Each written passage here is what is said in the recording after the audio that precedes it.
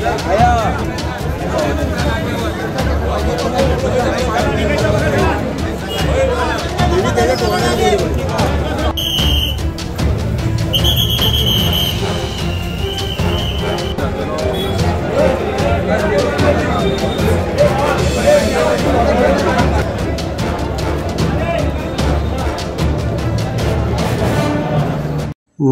शहर पोलीस ठाण्याच्या हद्दीत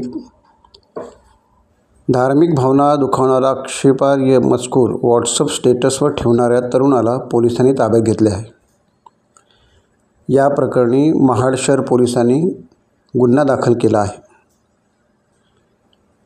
तक्रारदार मुदस्सीर अहमद पटेल राहणार वहूर तालुका महाड यांनी दिलेल्या फिर्यादीत आरोपी मयूर महाडिक राहणार करंजखोल तालुका महाड यांनी 12 सप्टेंबर 2015 रोजी दुपारी 12:25 वाजता व्हॉट्सअप स्टेटसवर कुराणसह इस्लाम धर्मातील श्रद्धास्थानाविषयी अश्लाघ्य व घाणेरडी भाषा वापरून मजकूर पोस्ट केला असल्याचे नमूद केले आहे।